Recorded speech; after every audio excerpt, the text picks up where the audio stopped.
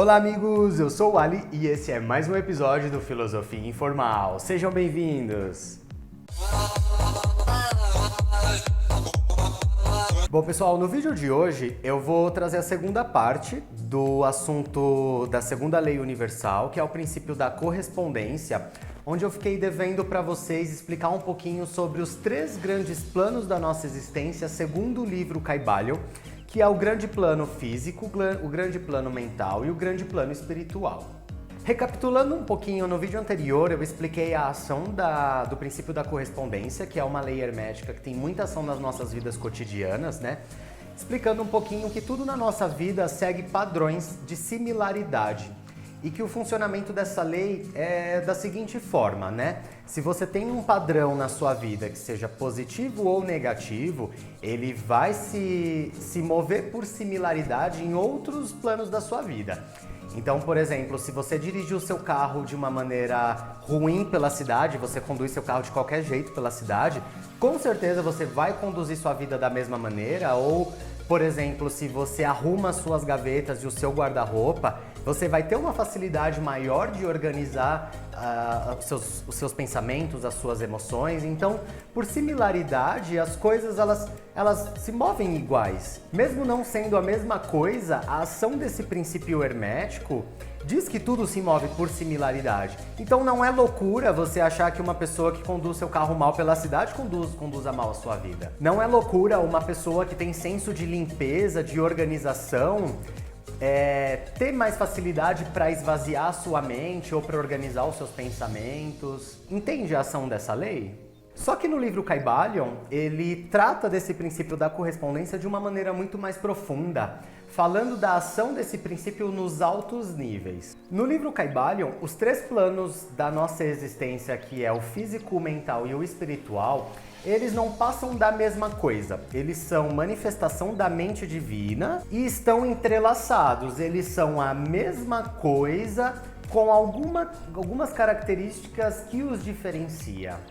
E o hermetismo colocou essa divisão em três planos apenas para ficar mais fácil o entendimento de pessoas como a gente, para a gente sacar a vibe de como funciona o universo.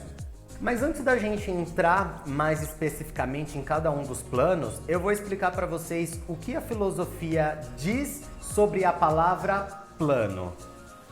Quando a filosofia cita a palavra plano nos seus estudos, ela não está fazendo menção a uma dimensão espaço-temporal ou alguma condição ou estado. As pessoas elas caem muito no erro de achar que o plano mental ou plano espiritual é uma outra dimensão e na verdade não é.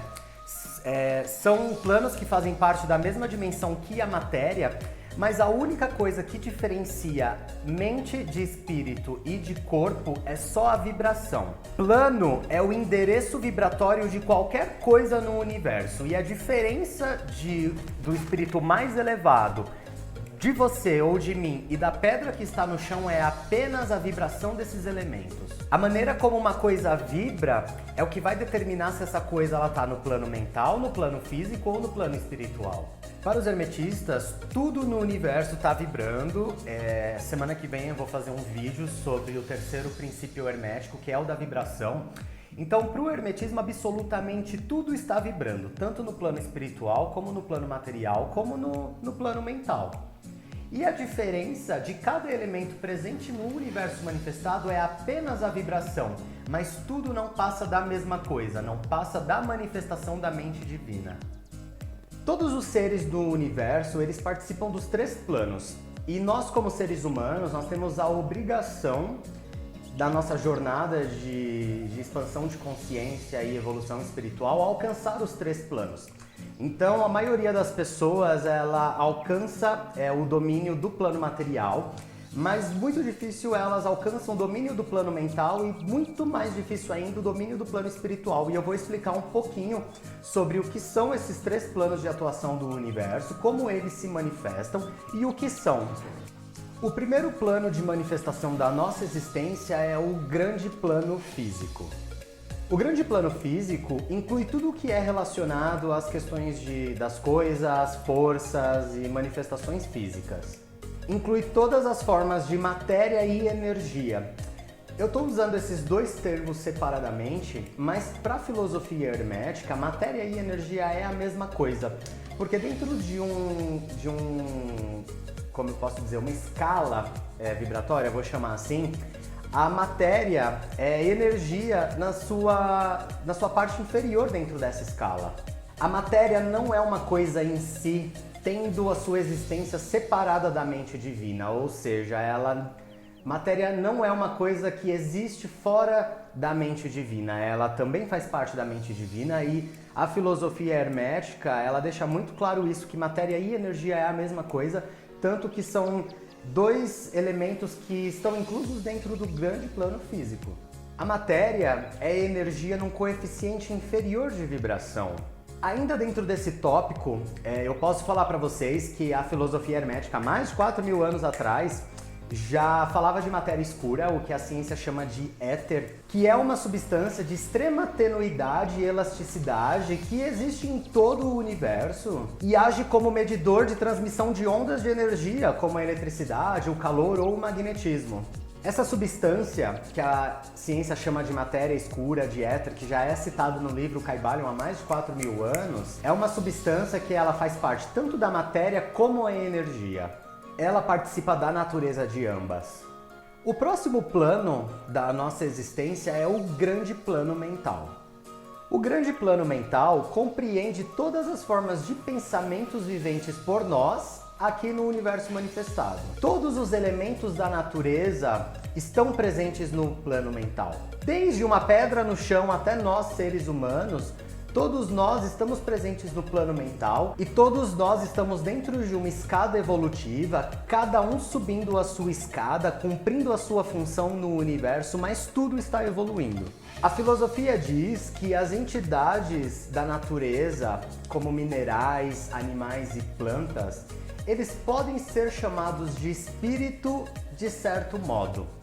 E quando a filosofia chama essas entidades da natureza de espírito, quer dizer que eles estão vivos. Aí você vai me dizer, Alisson, como uma pedra pode estar viva, ou como uma árvore pode estar viva, da maneira como a filosofia está dizendo? E lembra que eu falei para vocês nos vídeos anteriores que no hermetismo a gente tem que deixar alguns tabus de lado? Pois bem, essa é a hora de deixar alguns tabus de lado. Eles são seres viventes em um grau inferior aos humanos, porque eles estão alcançando os seus graus evolutivos, subindo a escada de evolução de cada coisa, mas a gente não pode dizer que eles não estão vivos, que eles estão apenas parados, porque a gente observa que os minerais eles estão evoluindo, os insetos, os animais, as plantas, e eles estão procurando pelo ideal da sua função aqui no universo. Então uma pedra no chão, ela está evoluindo para ser o ideal de mineral, assim como uma árvore está evoluindo para ser o ideal de árvore. O inseto está evoluindo para ser o ideal de insetos, animais. Então cada elemento, cada entidade da natureza, cada elemento presente na natureza está evoluindo. Cada coisa no universo tem a sua atuação dentro do grande plano mental. E o grande plano mental é o plano que puxa todos esses elementos presentes na natureza, inclusive os humanos, para cima, para a evolução. E o último plano da nossa existência é o grande plano espiritual. No livro Kybalion, eles tratam o grande plano espiritual até com uma frase que eu coloquei lá no blog. Vocês podem acessar essa matéria completa lá, acessando o blog que está passando aqui em cima. Mas o Kybalion, ele não entra em muitos detalhes sobre o grande plano espiritual, porque ele diz que como a gente pode explicar o que é o plano espiritual, dando o exemplo como você vai explicar o que é a luz para um homem que nasceu cego. Então, o homem atual, o homem contemporâneo, ele não tem a capacidade cognitiva nem mental e tampouco espiritual para entender o que é o grande plano espiritual, que é um plano que compreende os grandes entes da vida manifestada dentro da mente divina. E eu tô falando de anjos, arcanjos, em que algumas culturas até chamam de deuses e semideuses. A vida desses entes são tão transcendental pra gente que é impossível a gente falar disso em detalhes. A mente humana não tem a capacidade de entrar nesses detalhes do plano espiritual. Comparar a gente com esses anjos, com esses arcanjos ou com esses entes que estão no plano espiritual é como comparar o atual ser humano com um inseto que está no chão. Essas mentes são tão transcendentais pra gente que nós, para eles, somos apenas consciências ainda conhecendo a si próprio. E os nossos processos mentais, para eles, são simplesmente processos materiais, porque a gente ainda não quebrou a matéria da nossa mente. A gente ainda está aprendendo sobre o plano mental, imagina o espiritual. Os nossos processos mentais lhes parecem somente como processos materiais.